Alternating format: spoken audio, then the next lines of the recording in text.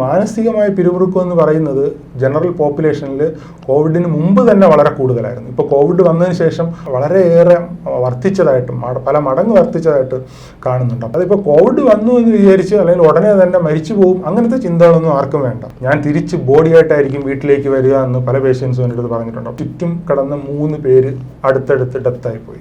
Respiratory ഡിസ്ട്രസിലേക്ക് പുള്ളിക്കാരൻ പോവുകയും 2-3 ദിവസം കഴിഞ്ഞ് ആ പുള്ളിക്കാരൻ ഡെത്താവുകയും ചെയ്തു. മെൻ്റൽ സ്ട്രെങ്ത് കോവിഡിൽ വളരെ വളരെ ഇമ്പോർട്ടൻ്റ് ആയിട്ടാണ് കാണുന്നത്. ഒരാളുടെ മനസ്സ് ആശ്വസിപ്പിക്കുന്നത് പോലെ വേറെ എന്ത് ജോലിക്കും അത്രയേറെ ഒരു ഫുൾഫിൽമെന്റ് നമുക്ക് ലൈഫിൽ കിട്ടില്ല എന്ന് മനസ്സിലായി. നമസ്കാരം, മലയാളി വാർത്ത ഇൻസൈഡിലേക്ക് സ്വാഗതം. ശ്രീ നമസ്കാരം.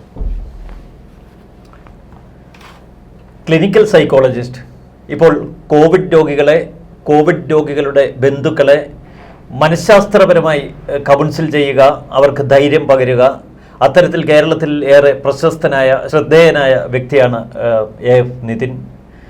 ക്ലിനിക്കൽ സൈക്കോളജിസ്റ്റ് എന്ന തലത്തിൽ കോവിഡ് രോഗികൾക്ക് എന്തൊക്കെയാണ് ഒരു കൗൺസിലിങ്ങിൻ്റെ ആവശ്യമുണ്ടോ? കൗൺസിലിംഗ് അവർക്ക് അനിവാര്യമാണോ? എന്താണ് ഇപ്പോഴത്തെ ഒരു സാഹചര്യം? അതായത് ഒരു വ്യക്തി കൊറോണ പോസിറ്റീവ് ആകുന്നത് വരെ അവർ ആങ്ഷ്യസോ അല്ലെങ്കിൽ ഡിപ്രഷനോ ഒന്നും ഉണ്ടാവാറില്ല. ഏതെങ്കിലും ഒരു പ്രത്യേക സാഹചര്യത്തിൽ അവർക്ക് കൊറോണയുടേതായ സിംറ്റംസ് കാണിക്കുകയും അവർ ഇപ്പോൾ ബ്രീത്തിങ് ഡിഫിക്കൽറ്റി, നമുക്കറിയാം നമ്മളൊരു ജനറൽ പോപ്പുലേഷനിൽ ഈ ശ്വാസതടസ്സം എന്ന് പറയുന്നത് അങ്ങനെ അധികം പേർക്കൊന്നും ഇല്ലാത്ത ഒരു രോഗലക്ഷണമാണ്. അപ്പോൾ പലരും ഈ കൊറോണ വരുന്ന സമയത്ത് ജീവിതത്തിൽ ആദ്യമായിട്ടായിരിക്കും ഈ ശ്വാസം മുട്ട് അനുഭവപ്പെടുന്നത്. അപ്പോൾ ഈ കൊറോണ പോസിറ്റീവ് ആകുകയും ശ്വാസം മുട്ട് അനുഭവപ്പെടുകയും ചെയ്യുമ്പോൾ അവർ പെട്ടെന്ന് അവരുടെ മൂഡ് ലെവൽ താഴേക്ക് പോവുകയും അവർ വളരെ ആങ്ഷ്യസ് ആവുന്നതായിട്ടാണ് കാണുന്നത്. ഈ കൊറോണ സൈക്കോളജിക്കൽ ആസ്പെക്റ്റ് 2 തരത്തിലാണ്. ഒന്നൊരു ക്ലിനിക്കൽ ആസ്പെക്റ്റും ഉണ്ട്, ഒരു സോഷ്യൽ ആസ്പെക്റ്റും ഉണ്ട്. ഇപ്പോൾ ക്ലിനിക്കൽ ആസ്പെക്റ്റ് പറയുകയാണെങ്കിൽ ആ രോഗം എത്രത്തോളം സിവിയർ ആവും, അല്ലെങ്കിൽ സിവിയർ ആണ്, വളരെ പാൻഡമിക് സിറ്റുവേഷനിലൂടെയാണ് കടന്നു പോകുന്നത്, വളരെ ഒരുപാട് ആൾക്കാർ മരിച്ച ഒരു അസുഖമാണ്. അത്തരത്തിലുള്ള ഒരു ക്ലിനിക്കൽ ആസ്പെക്റ്റ് ഉണ്ട്. പിന്നെ ഒരു സോഷ്യൽ ആസ്പെക്റ്റും ഉണ്ട്. സോഷ്യൽ ആസ്പെക്റ്റ് എന്താണെന്ന് വെച്ചാൽ ഇപ്പോൾ ഒരു ഇൻഫെക്ഷ്യസ് ഡിസീസ് ആയത് കാരണം ഒരു പേഷ്യൻസിനെ അല്ലെങ്കിൽ അതിൽ നിന്ന് മറ്റ് സോഷ്യൽ കോണ്ടാക്റ്റുകളിൽ നിന്ന് മാറ്റി നിർത്തേണ്ടത്, ഐസൊലേറ്റ് ചെയ്ത് അല്ലെങ്കിൽ ക്വാറന്റൈൻ ചെയ്ത് നിർത്തേണ്ടുന്ന ഒരു സാഹചര്യം വരുന്നതുകൊണ്ട് ഒരു സോഷ്യൽ ആസ്പെക്റ്റും അതിനകത്ത് വരുന്നുണ്ട്. അപ്പോൾ അത് രണ്ടും തന്നെ ഈ പോസിറ്റീവ് ആകുന്നത് വരെ അല്ലെങ്കിൽ പോസിറ്റീവ് ആകുന്ന പേഷ്യൻസിന് അല്ലെങ്കിൽ അവരുടെ ബൈസ്റ്റാൻഡേഴ്സിനെ വളരെ മാനസികമായി സ്വാധീനിക്കുന്നതായിട്ടാണ് കാണുന്നത്.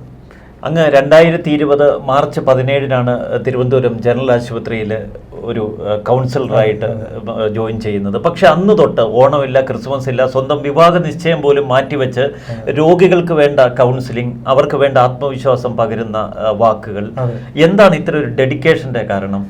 മോട്ടിവേഷൻ പലതരത്തിലും, പ്രധാനമായും 3 മോട്ടിവേഷനാണ് എനിക്കുള്ളത്. ഒന്നാമത്തെ മോട്ടിവേഷൻ എന്ന് പറഞ്ഞാൽ ഞാൻ ബേസിക്കലി ഒരു ദൈവവിശ്വാസിയാണ്. അപ്പോൾ ഇന്ന് നമ്മൾ ചെയ്യുന്ന പ്രവൃത്തികൾക്ക് ഇമ്മീഡിയറ്റ് ആയിട്ടൊരു റിവാർഡ് കിട്ടിയില്ലെങ്കിലും ലോങ് ടേം ആയിട്ടൊരു റിവാർഡ് കിട്ടുമെന്ന് വിശ്വസിക്കുന്ന ഒരാളാണ്. പിന്നെ ഞാനിപ്പോൾ വർക്ക് ചെയ്യുന്നത് ഗവൺമെൻറ് ജനറൽ ഹോസ്പിറ്റൽ തിരുവനന്തപുരമാണ്. നമുക്കറിയാം ഒരു സർക്കാർ ഹോസ്പിറ്റലാണ്.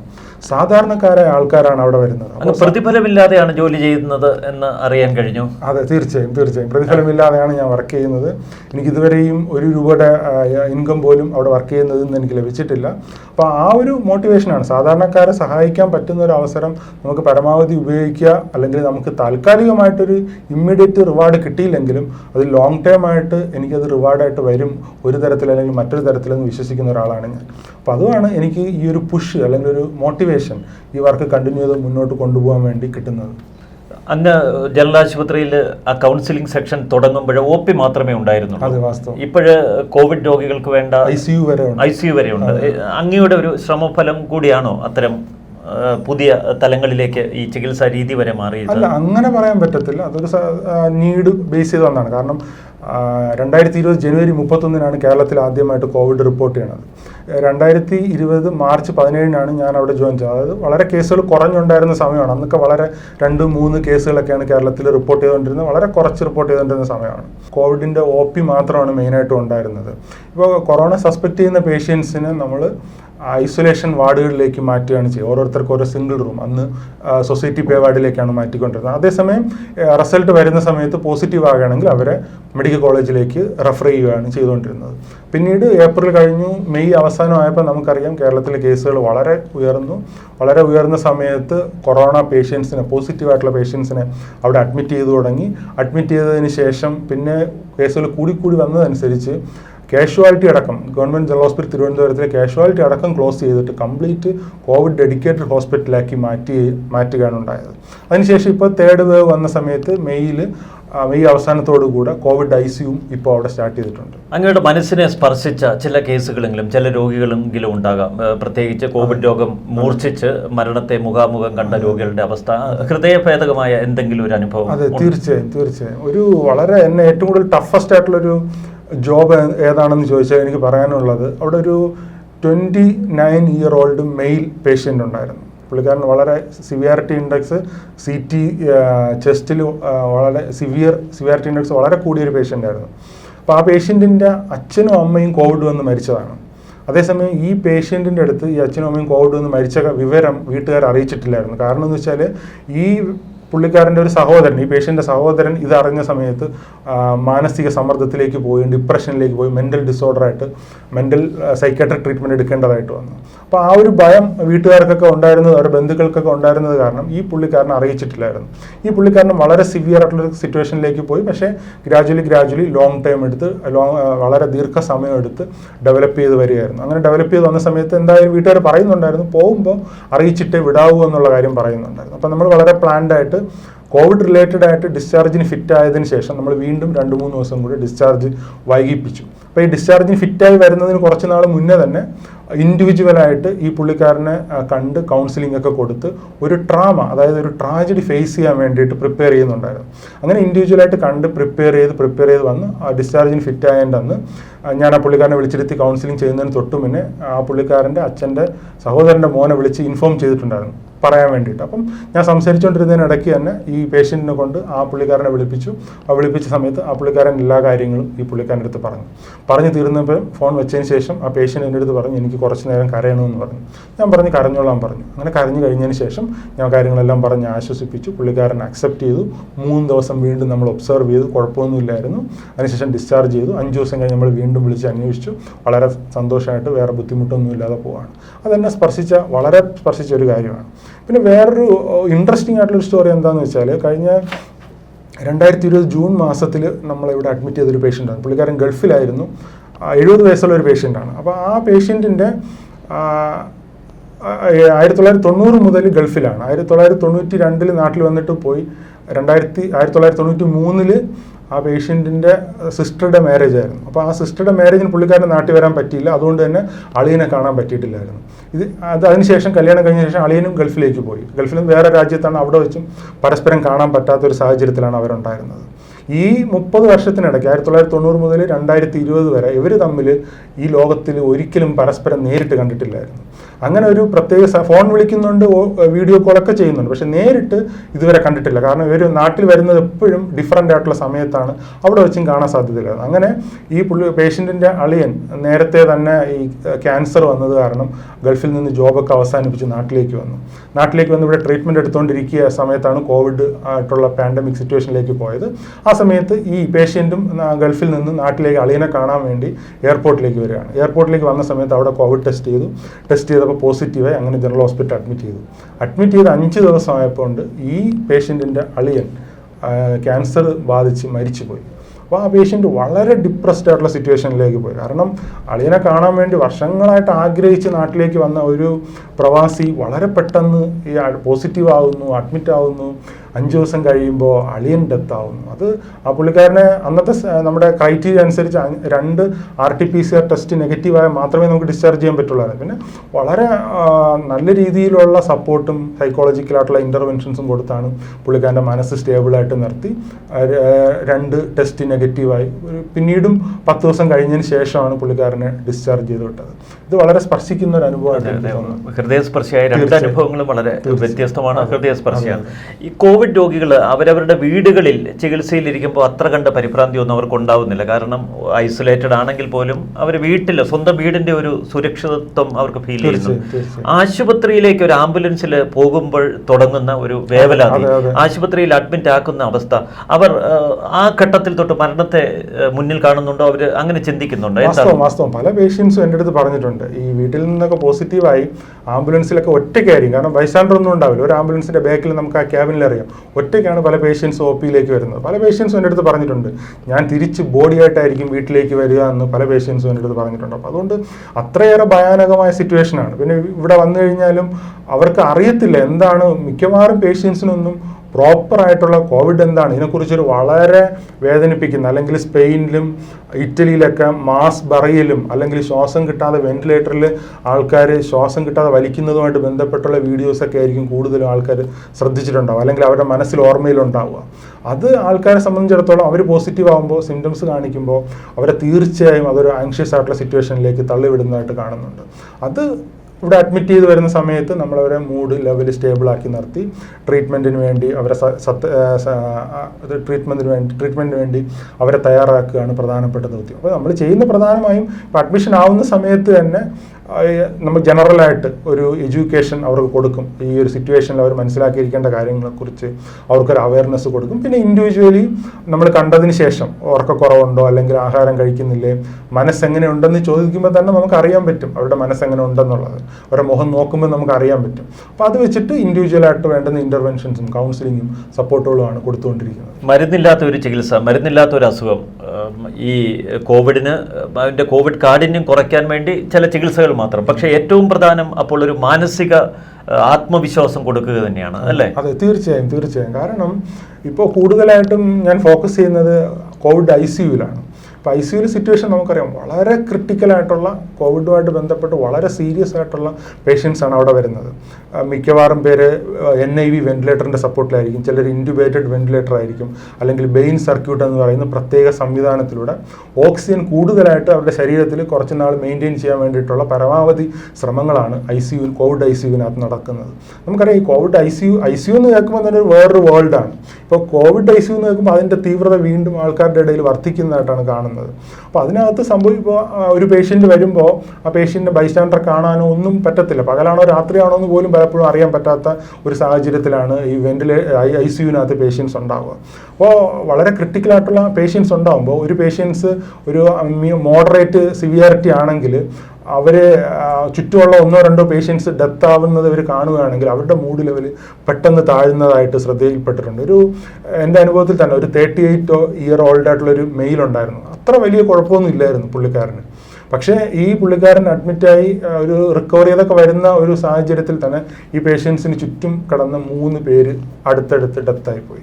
അതിൻ്റെ പിറ്റേ ദിവസം തൊട്ട് തന്നെ ഈ പുള്ളിക്കാരൻ്റെ മൂഡ് വളരെയേറെ വേഴ്സൺ ആവുകയും, അല്ലെങ്കിൽ പുള്ളിക്കാരൻ്റെ മൂഡ് വളരെ ലോ ആവുകയും, പുള്ളിക്കാരൻ medical condition, clinical condition, Covid related ആയിട്ടുള്ള ഡിസ്ട്രസ്, റെസ്പിറേറ്ററി ഡിസ്ട്രസ്സിലേക്ക് പുള്ളിക്കാരൻ പോവുകയും 2-3 ദിവസം കഴിഞ്ഞ് ആ പുള്ളിക്കാരൻ ഡെത്ത് ആവുകയും ചെയ്തു. അപ്പോൾ ഈ മാനസികമായിട്ട് നമ്മുടെ സ്ട്രെങ്ത് അല്ലെങ്കിൽ മെൻ്റൽ സ്ട്രെങ്ത് കോവിഡിൽ വളരെ വളരെ ഇമ്പോർട്ടൻ്റ് ആയിട്ടാണ് കാണുന്നത്. കാരണം ഈ ഹോപ്പ് നഷ്ടപ്പെട്ട, അല്ലെങ്കിൽ ഞാനിനി രക്ഷപ്പെടില്ല അല്ലെങ്കിൽ ജീവിക്കില്ല എന്നുള്ളൊരു തോന്നൽ വരുന്ന പേഷ്യൻസ് ഒന്നും തന്നെ പിന്നീട് രക്ഷപ്പെടുന്നതായിട്ട് കാണുന്നില്ല. അപ്പോൾ അതുകൊണ്ട് മാനസിക ആരോഗ്യം അല്ലെങ്കിൽ മെൻ്റൽ സ്ട്രെങ്ത് എന്ന് പറയുന്നത് കോവിഡിൽ വളരെ വളരെ ഇമ്പോർട്ടൻ്റ് ആയിട്ട് കാണുന്ന ഒരു കാര്യമാണ്. ഓരോ പ്രേക്ഷകനും ശ്രദ്ധിക്കേണ്ട വാക്കുകളാണ് അങ്ങ് പറഞ്ഞത്. കാരണം മാനസികാരോഗ്യം ശക്തിപ്പെടുത്തുകയാണ് കോവിഡ് ചികിത്സയുടെ ഏറ്റവും ഒരു പ്രധാന ഘട്ടം. അത് ICUവിലായാലും OP ലെവലിൽ തുടങ്ങുന്നു, അല്ലേ? ഓരോ ഘട്ടത്തിലാണെങ്കിലും.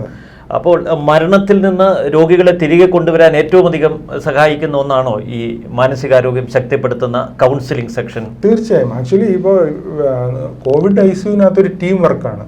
ഇപ്പം അനസ്തെറ്റിസ്റ്റ് ഉണ്ടാവും, ജനറൽ മെഡിസിൻ പ്രാക്ടീഷണേഴ്സ് ഉണ്ടാവും, നേഴ്സുമാരുണ്ടാവും, അറ്റൻഡേഴ്സ് ഉണ്ടാവും, ഹോം നേഴ്സുമാരുണ്ടാവും, പലതരത്തിലുള്ള ഒരുപാട് സ്റ്റാഫുകളുടെ ഒരു ടീം വർക്കാണ് ആക്ച്വലി കോവിഡ് ICUവിനകത്ത് സംഭവിക്കുന്നത്. അപ്പോൾ ഈ ICUവിനകത്ത് ഈ മാനസിക ആരോഗ്യം നിലനിർത്തുക എന്നുള്ളത് വളരെ വളരെ ഇമ്പോർട്ടൻ്റ് ആണ്. കാരണം മെൻ്റൽ സ്ട്രെങ്ത് വീക്കായി കഴിഞ്ഞാൽ നമ്മൾ ക്ലിനിക്കലി അല്ലെങ്കിൽ മെഡിക്കലി എത്ര സപ്പോർട്ട് കൊടുത്താലും പേഷ്യൻസിൻ്റെ ഒരു മൂഡ് ലെവല് രക്ഷപ്പെടില്ല എന്ന് തോന്നിക്കഴിഞ്ഞാൽ പിന്നെ രക്ഷപ്പെടുന്നതായിട്ട് ജനറലി കാണുന്നില്ല. അപ്പോൾ അതുകൊണ്ട് കൗൺസിലിങ്ങിന് അല്ലെങ്കിൽ ഒരു മാനസികമായ പിന്തുണയ്ക്ക് അത്രയേറെ പ്രാധാന്യമുള്ളതായിട്ട് കാണുന്നുണ്ട്. അത് മാത്രമല്ല, ഇപ്പോൾ ഒരു പേഷ്യൻസിന് കൂടുതലും കോവിഡ് ICUവിനകത്ത് നോക്കുകയാണെങ്കിൽ അവർ ഒരു തരത്തിലുള്ള പുറത്ത് ഫാമിലി മെമ്പേഴ്സുമായിട്ട് ബന്ധം ഉണ്ടാവില്ല. കാരണം അവർക്ക് ഫോൺ പോലും ഉപയോഗിക്കാൻ ഉള്ള സാധ്യത കുറവാണ്. അപ്പോൾ അതുകൊണ്ട് ഇപ്പോൾ സംഭവിക്കുന്നതെന്ന് വെച്ചാൽ, ഞങ്ങളവിടെ ജനറൽ ഹോസ്പിറ്റലിൽ എൻ്റെ പേഴ്സണൽ ഫോണിൽ നിന്ന് തന്നെ ഓരോ പേഷ്യൻസിനെയും വീട്ടിൽ വിളിക്കണമെന്നുള്ളവർക്ക് മൊബൈൽ ഫോൺ ചെയ്ത് കോൾ ചെയ്ത് അവർക്ക് കൊടുക്കാറുണ്ട്. അപ്പം വീട്ടുകാരുമായിട്ട് സംസാരിക്കുന്ന സമയത്ത് വീട്ടുകാർക്ക് ഇവരുടെ ഒരു ഹലോ കേൾക്കുമ്പോൾ അല്ലെങ്കിൽ വീട്ടുകാരുടെ ശബ്ദം ഈ പേഷ്യൻ്റ് കാണുമ്പോൾ അവരുടെ മുഖം പ്രസന്ന ആവുന്നതായിട്ട് നമുക്ക് വളരെയേറെ അനുഭവങ്ങൾ ശ്രദ്ധിച്ചിട്ടുണ്ട്. അപ്പോൾ അതുകൊണ്ട് മാനസികമായ പിന്തുണ അല്ലെങ്കിൽ മാനസികമായ സപ്പോർട്ട്, മെൻ്റൽ സപ്പോർട്ട് ഒരു പേഷ്യൻറ്റിന് റിക്കവർ ചെയ്ത് പോകുന്നതിന്, സർവൈവ് ചെയ്ത് പോകുന്നതിന് വളരെയേറെ പ്രാധാന്യമുള്ളതായിട്ട് തന്നെയാണ് വിലയിരുത്തപ്പെടുന്നത്.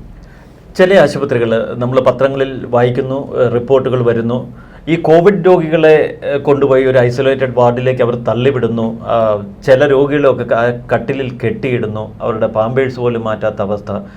അത് യാഥാർത്ഥ്യമല്ലേ? അത്തരം ചില സാഹചര്യങ്ങളിൽ കൂടി അവർ കടന്നു പോകേണ്ടി വരുന്നില്ലേ? ഉണ്ടാവും. അതായത് ഇപ്പോൾ ഒരു സ്ഥാപനം, ഏത് സ്ഥാപനം എടുത്താലും, ഇപ്പോൾ ഹോസ്പിറ്റൽ എന്നല്ല, ഇപ്പോൾ ഒരു ഓഫീസുകളായാലും എല്ലാ സ്ഥാപനം എടുത്താലും ഏത് ജനറൽ പോപ്പുലേഷൻ എടുത്താലും കുറേ നല്ലവരായ ആൾക്കാരും ഉണ്ടാവും, കുറച്ച് അത്ര ആത്മാർത്ഥത ഇല്ലാത്ത ആൾക്കാരും ഉണ്ടാവും. അതെല്ലാ മേഖലകളിലും ഉണ്ടാവും. അത് ഈ പറഞ്ഞ നമ്മുടെ ശുശ്രൂഷ മേഖലകളിലും ഉണ്ടാവും, അതില്ല എന്ന് ഞാൻ പറയുന്നില്ല. പിന്നെ ചില പേഷ്യൻസ് ഇപ്പം തന്നെ ഈ കെട്ടിയിടുന്ന കാര്യം പറയുകയാണ്. അപ്പോൾ അതിനകത്ത് നമ്മൾ അറിഞ്ഞിരിക്കേണ്ട, മെഡിക്കലി നമ്മൾ അറിഞ്ഞിരിക്കേണ്ട 1-2 കാര്യങ്ങളുണ്ട്. ഇപ്പോൾ ചില പേഷ്യൻസ് ഇൻവോളണ്ടറി ആയിട്ട് തന്നെ അവരുടെ വെന്റിലേറ്റർ മാസ്കിനെയൊക്കെ അവർ ഊരിക്കളയും. അവരറിയുന്നില്ല, അവർ കോൺഷ്യസ് ആയിട്ട് ചെയ്യുന്നതല്ല, അവർ സുബോധ മനസ്സിലല്ലാതെ അല്ലെങ്കിൽ ഓൾട്ടേഡ് കോൺഷ്യസ്നെസ് എന്ന് പറയും. അതായത് അവരുടെ മനസ്സ് ഓൾട്ടർ ചെയ്തിട്ട് അവരറിയാതെ ഈ വെന്റിലേറ്റർ മാസ്കിനെയൊക്കെ വലിച്ചൂരിക്കളയും. അപ്പം നമ്മൾ അറിയാതെ, നമ്മൾ ശ്രദ്ധിക്കാതെ ഊരിക്കളഞ്ഞു കഴിഞ്ഞാൽ പെട്ടെന്ന് അവരുടെ ഓക്സിജൻ ലെവൽ താഴേക്ക് പോകും, സാച്ചുറേഷൻ ലെവൽ താഴേക്ക് പോകും, പെട്ടെന്ന് സീരിയസ് കണ്ടീഷനിലേക്ക് പോകും.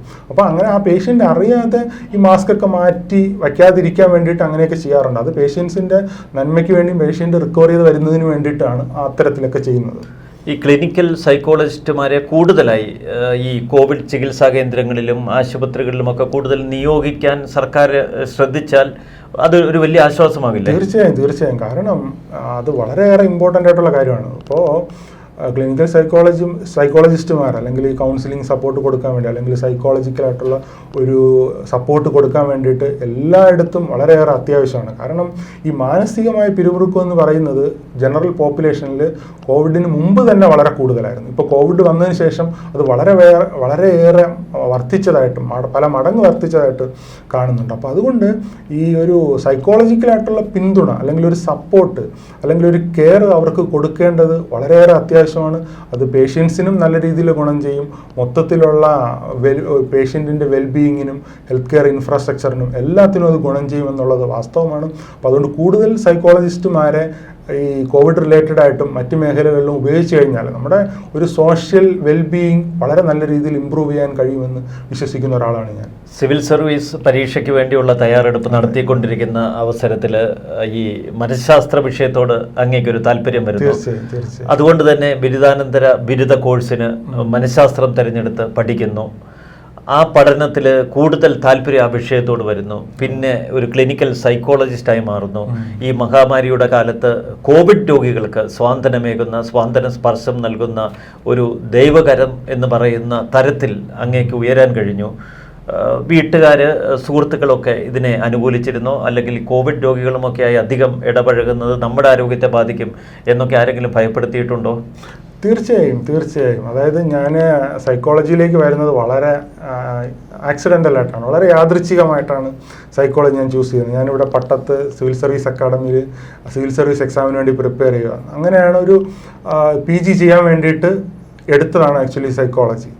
അപ്പം എടുത്തതിന് ശേഷം എനിക്ക് മനസ്സിലായി, നമുക്ക് ഒരാളുടെ മനസ്സ് ആശ്വസിപ്പിക്കുന്നത് പോലെ വേറെ എന്ത് ജോലിക്കും അത്രയേറെ ഒരു ഫുൾഫിൽമെൻറ്റ് നമുക്ക് ലൈഫിൽ കിട്ടില്ല എന്ന് മനസ്സിലായി.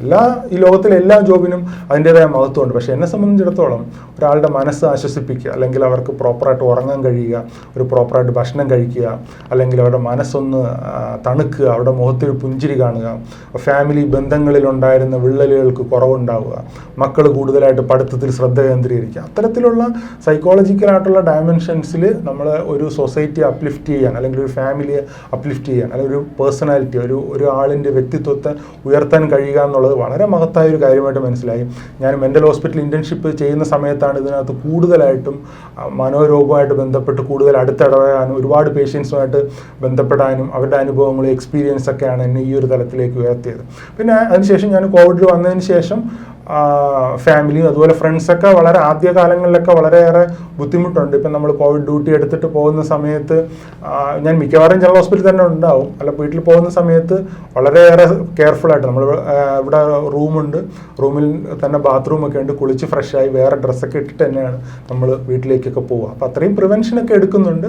അപ്പോൾ അത് നല്ല രീതിയിലുള്ള ഗുണം ചെയ്തു. ഇതുവരെ ഞങ്ങൾക്ക് ആർക്കും അങ്ങനെയൊന്നും ബുദ്ധിമുട്ടൊന്നും ദൈവം സഹായിച്ചുണ്ടായില്ല.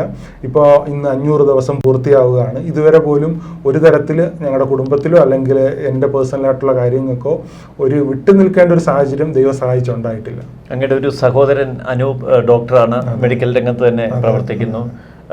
അദ്ദേഹത്തിന്റെ പ്രോത്സാഹനമൊക്കെ ഉണ്ടായിരുന്നു ഈ ഒരു കാര്യത്തിൽ? തീർച്ചയായും പുള്ളിക്കാരനും വളരെ സപ്പോർട്ടാണ്. നമ്മൾ ആദ്യകാലങ്ങളിൽ മെഡിക്കൽ ജേണലിൽ വരുന്ന കാര്യങ്ങളൊക്കെ ഡിസ്കസ് ചെയ്യും. ഇതിൻ്റെ ഫ്യൂച്ചർ കോഴ്സ് ഓഫ് ആക്ഷൻ എങ്ങനെയായിരിക്കും എന്നുള്ള കാര്യങ്ങളൊക്കെ പരസ്പരം ഞങ്ങൾ ചർച്ച ചെയ്യും. ഇതിൻ്റെ ട്രീറ്റ്മെൻറ്റിൻ്റെ കാര്യങ്ങളൊക്കെ നമ്മൾ വിലയിരുത്തുകയൊക്കെ ചെയ്യാറുണ്ട്. സ്റ്റാറ്റിസ്റ്റിക്കലായിട്ടുള്ള കണക്കുകൾ നമ്മൾ ചർച്ച ചെയ്യാറുണ്ട്. അങ്ങനത്തെ കാര്യങ്ങളൊക്കെ വളരെ നല്ല രീതിയിൽ മുന്നോട്ട് പോയിക്കൊണ്ടിരിക്കുകയാണ്. ഇപ്പോഴും പഠിക്കുന്നു.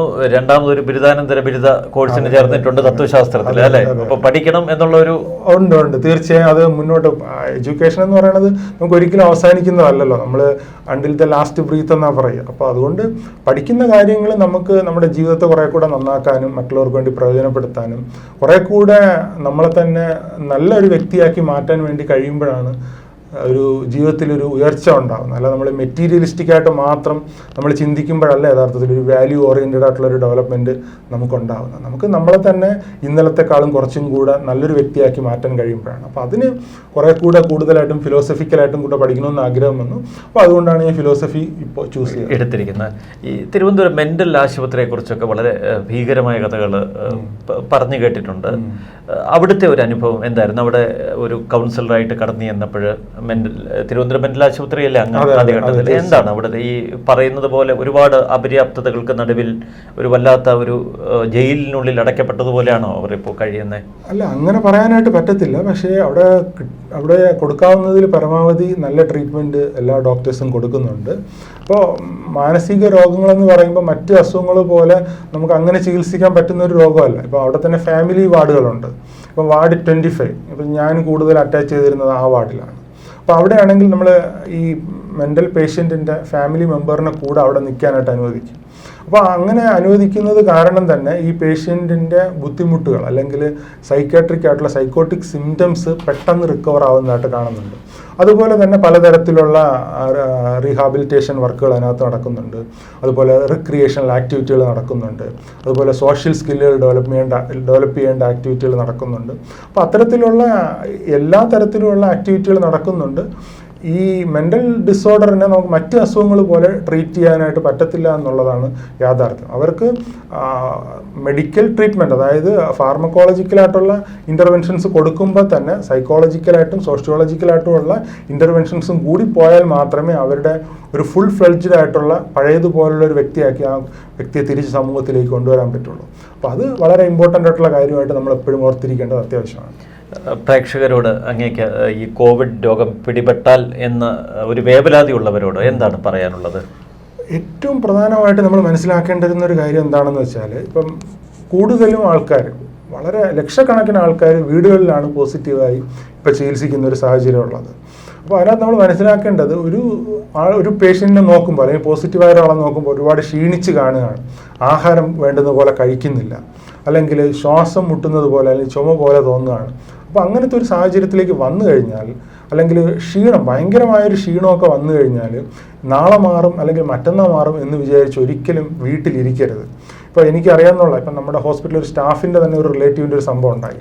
അപ്പോൾ ആ പേഷ്യൻറ്റിൻ്റെ ഒരു റിലേറ്റീവ് അവർ വിചാരിച്ചു മാനസികമായിട്ടുള്ള വിഷമം കാരണം അല്ലെങ്കിൽ ടെൻഷൻ കാരണമായിരിക്കും ഇവർക്ക് ഇങ്ങനെ ക്ഷീണമെന്നൊക്കെ പറഞ്ഞു. അപ്പോൾ എൻ്റെ അടുത്തൊന്ന് വാട്സാപ്പ് വീഡിയോ കോൾ ചെയ്തിട്ട് അവരുമായിട്ടൊന്ന് കൗൺസിലിംഗ് കൊടുക്കുമെന്ന് ചോദിച്ചു. ഞാൻ പറഞ്ഞു കൊടുക്കാമെന്ന്. അപ്പം ഞാൻ വീഡിയോ കോൾ ചെയ്ത് ആ പേഷ്യൻറ്റിനെ കണ്ട സമയത്ത് തന്നെ എനിക്ക് മനസ്സിലായി പേഷ്യൻറ്റ് സിക്കാണെന്ന് എനിക്ക് മനസ്സിലായി. അപ്പം ഞാൻ പേഷ്യൻ്റെ അടുത്തും ആ പേഷ്യൻറ്റിൻ്റെ ഹസ്ബൻഡിൻ്റെ അടുത്തും ഞാൻ പറഞ്ഞു, ഇത് പേഷ്യൻറ്റ് കുറച്ച് സിക്കാണ്, എത്രയും പെട്ടെന്ന് ഹോസ്പിറ്റലിലേക്ക് എത്തിക്കണമെന്ന് പറഞ്ഞു. അപ്പോൾ ആ പേഷ്യൻറ്റിനെ ഹോസ്പിറ്റലിലേക്ക് ഉടനെ തന്നെ കൊണ്ടുവന്നു. പക്ഷേ 24 hours ആ പേഷ്യൻറ്റ് ഡെത്തായിപ്പോയി. അപ്പോൾ അതുകൊണ്ട് നമ്മൾ മനസ്സിലാക്കേണ്ട പ്രധാനപ്പെട്ട കാര്യം എന്ന് വെച്ചാൽ, ഇപ്പോൾ ഒരുപാട് ആൾക്കാർ വീടുകളിൽ കടലയും കഴിച്ച് പാട്ടും പാടിയിരുന്ന് മാറുന്ന ഒരു അസുഖമാണ്. അപ്പോൾ അത് ശരി തന്നെയാണ്, ഇല്ലയെന്ന് ഞാൻ പറയുന്നില്ല. പക്ഷേ ഒരു നല്ലൊരു ഡിസ്ട്രസ് ഫീലിംഗ് ഉള്ള അല്ലെങ്കിൽ ഒരു സിക്കായിട്ട് ഫീൽ ചെയ്യുന്നൊരു പേഷ്യൻറ്റിനെ സംബന്ധിച്ചിടത്തോളം ഇന്ന് മാറും നാളെ മാറും എന്ന് വെച്ച് വീട്ടിലേക്ക് വെച്ചുകൊണ്ടിരിക്കരുത്. കാരണം എത്രയും പെട്ടെന്ന് ഹോസ്പിറ്റലിലേക്ക് എത്തിയാൽ അതനുസരിച്ചുള്ള ട്രീറ്റ്മെൻറ്റും കാര്യങ്ങളൊക്കെ നേരത്തെ തുടങ്ങാനായിട്ട് പറ്റുള്ളൂ.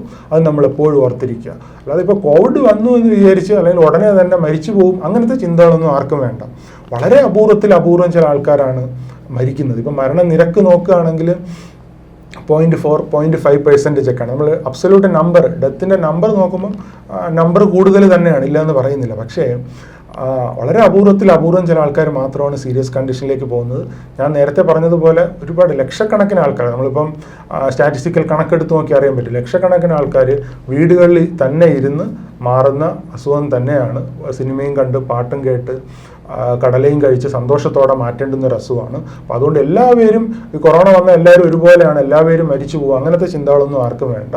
പക്ഷേ ശ്രദ്ധിക്കേണ്ട കാര്യങ്ങൾ നമ്മൾ വളരെ നല്ല രീതിയിൽ ശ്രദ്ധിക്കുക. ഗവൺമെൻറ് പറയുന്ന മാർഗ്ഗനിർദ്ദേശങ്ങളൊക്കെ പിന്തുടരുക. ഒരു സിക്കായിട്ടൊരു പേഷ്യൻ്റ് ഫീൽ ചെയ്യുകയാണെങ്കിൽ ഒരിക്കലും നാളത്തേക്ക് മാറ്റി വയ്ക്കുക. എത്രയും പെട്ടെന്ന് തന്നെ ഹോസ്പിറ്റലിലേക്ക് എത്തിക്കാൻ വേണ്ടിയിട്ടുള്ള അറേഞ്ച്മെൻറ്റുകൾ ചെയ്യുക. ഒരു ചോദ്യം കൂടി, എത്ര രോഗികളെ അങ്ങ് കൗൺസിൽ ചെയ്തിട്ടുണ്ടാവും? ഇപ്പോൾ കോവിഡ് രോഗികളെ എത്ര പേരെ? ആയിരക്കണക്കിന് പേഷ്യൻസിനെ ഞാൻ കണ്ടിട്ടുണ്ടാവും. മാർച്ച് 17 മുതലാണ് പേഷ്യൻസിനെ കണ്ടു തുടങ്ങുന്നത്. ഫുൾ, അതായത് നമ്മുടെ ജനറൽ ഹോസ്പിറ്റലിൽ ഫുൾ കപ്പാസിറ്റി എനിക്ക് തോന്നുന്നു 350-450 പേഷ്യൻസ് ആണ്. അപ്പം മുമ്പ് നമ്മൾ അഡ്മിറ്റ് ആവുന്ന എല്ലാ പേഷ്യൻസിനെയും എല്ലാ ദിവസവും കാണുന്നതിനുള്ള സമയവും സാഹചര്യങ്ങളൊക്കെ ഉണ്ടായിരുന്നു. പക്ഷേ ഇപ്പോൾ കോവിഡ് ICU സ്റ്റാർട്ട് ചെയ്തതിന് ശേഷം ഇൻഡിവിജ്വലായിട്ട് എല്ലാ പേഷ്യൻസിനും, അതായത് ICUയിലുള്ള പേഷ്യൻസിന് ഏറ്റവും മൊർട്ടാലിറ്റി കൂടിയ പേഷ്യൻസാണ് അവിടെ വരുന്നത്. അപ്പോൾ അവരെങ്ങനെയും നമ്മൾ രക്ഷപ്പെടുത്തി വിടണമെന്നുള്ളൊരു ചിന്ത ഉള്ളതുകൊണ്ട് ഈ ഇൻഡിവിജ്വലായിട്ട് എല്ലാ പേഷ്യൻസിനെയും നമ്മൾ ICUയിൽ കാണുന്നത് കാരണം മറ്റ് വാർഡുകളിൽ ജനറലി പോകാനുള്ള സമയം ഇപ്പോൾ കുറവാണ്. അപ്പോൾ പക്ഷേ ഈ കൺസൾട്ടേഷൻ, അതായത് റൗണ്ട്സിന് MO കണ്ടിട്ട് കൺസൾട്ടേഷൻ എഴുതിയിടുന്ന സമയത്ത് പോയി കണ്ട് അങ്ങനെയുള്ള പേഷ്യൻസും സെപ്പറേറ്റ് ആയിട്ട് കാണുകയും അവർക്ക് വേണ്ടുന്ന സൈക്കോളജിക്കലായിട്ട് സപ്പോർട്ട് കൊടുക്കും. അതേസമയം ഇപ്പോൾ വാർഡിൽ ഒരു പേഷ്യൻ്റ് ഡെത്ത് ആവുകയാണെങ്കിൽ ആ വാർഡിൽ ചുറ്റുമുള്ള പേഷ്യൻസ് അവരുടെ മൂഡ് ലെവല് ലോ ആവും. അവർക്ക് പിന്നെ ഉറങ്ങാൻ പറ്റത്തില്ല, ഭക്ഷണം കഴിക്കാൻ പറ്റത്തില്ല, അവർക്ക് രക്ഷപ്പെടുമോ എന്നുള്ള ചിന്തകളൊക്കെ വരും. അപ്പോൾ നമുക്കറിയാം ഇപ്പം മുൻപത്തെ ഒരു ഹോസ്പിറ്റൽ കണ്ടീഷൻ അല്ല ഇപ്പോൾ ഉള്ളത്. കാരണം ഈ കൊറോണയായിട്ട് ബന്ധപ്പെട്ട് ഒരു വാർഡിൽ എല്ലാ പേഷ്യൻസും ഒരേ അസുഖത്താലാണ് കിടക്കുന്നത്. അപ്പം രാവിലെ ഒരുമിച്ചിരുന്ന് ഭക്ഷണം കഴിച്ച ഒരാൾ, അല്ലെങ്കിൽ രാവിലെ തലേദിവസം രാത്രി ബാത്റൂമിൽ കൊണ്ടാക്കിയ ഒരാൾ പെട്ടെന്ന് മരിക്കുന്നതായിട്ട് കാണുമ്പോൾ ചുറ്റുമുള്ള ആൾക്കാർ സ്വാഭാവികമായിട്ടും പെട്ടെന്ന് അവരുടെ മൂഡ് വീക്കാവും. അപ്പോൾ അങ്ങനെയുള്ള സമയത്ത് നമ്മൾ ചെയ്യുന്നത് എന്താണെന്ന് വെച്ചാൽ ഗ്രൂപ്പായിട്ടുള്ള മാസ്സായിട്ടുള്ള അല്ലെങ്കിൽ ആ വാർഡിലെ പേഷ്യൻസിനെ എല്ലാം കൂടി ഒരുമിച്ച് കൂട്ടി വരുത്തിയതിന് ശേഷമുള്ള ഗ്രൂപ്പ് സെഷനുകൾ നടത്താറുണ്ട്. അപ്പോൾ ഈ ഗ്രൂപ്പ് സെഷൻ നടത്തുമ്പോഴാണ് ഈ multi sensory visualisation, diaphragmatic breathing പോലുള്ള റിലാക്സേഷൻ ടെക്നിക്കുകൾ കൊടുക്കും. അപ്പോൾ അങ്ങനെ കൊടുത്തിട്ട് അവരെ പേഷ്യൻറ്റിൻ്റെ മൂഡ് ലെവൽ സ്റ്റേബിൾ ആക്കുകയും പിന്നെ അവർക്ക് ഉറങ്ങാനും അങ്ങനെയുള്ള കാര്യങ്ങൾക്കും അല്ലെങ്കിൽ മൂഡ് ലെവൽ ഇൻക്രീസ് ചെയ്യുന്നതിനും ഭക്ഷണം കഴിക്കുന്നതിനും ഒക്കെ സഹായിക്കും. അപ്പോൾ അത്തരത്തിലുള്ള ഒരു ഇൻ്റർവെൻഷൻസും ഗ്രൂപ്പായിട്ട് ചെയ്യുന്നത് വളരെ നല്ല രീതിയിൽ പ്രയോജനം ചെയ്യുന്നതായിട്ടാണ് കാണുന്നത്. ആതുര ശുശ്രൂഷ രംഗത്ത് സാന്ത്വനത്തിൻ്റെ ഒരു സ്നേഹസ്പർശം അങ്ങേ പോലെയുള്ള ഇത്തരം മഹനീയ വ്യക്തിത്വങ്ങൾ തന്നെയാണ് ഇതിനെ വേറിട്ട് നിർത്തുന്നത്, ആളുകൾക്ക് ആത്മവിശ്വാസം നൽകുന്നത്, കോവിഡ് രോഗികൾക്ക് ജീവിതത്തിലേക്ക് മടങ്ങി വരാൻ ഉള്ള ഒരു ഉത്സാഹം പകർന്നു നൽകുന്നത്. ഒരുപാട് നന്ദി. മലയാളി വാർത്തയുടെയും പ്രേക്ഷകരുടെയും അഭിനന്ദനങ്ങൾ. നന്ദി. Thank you very much.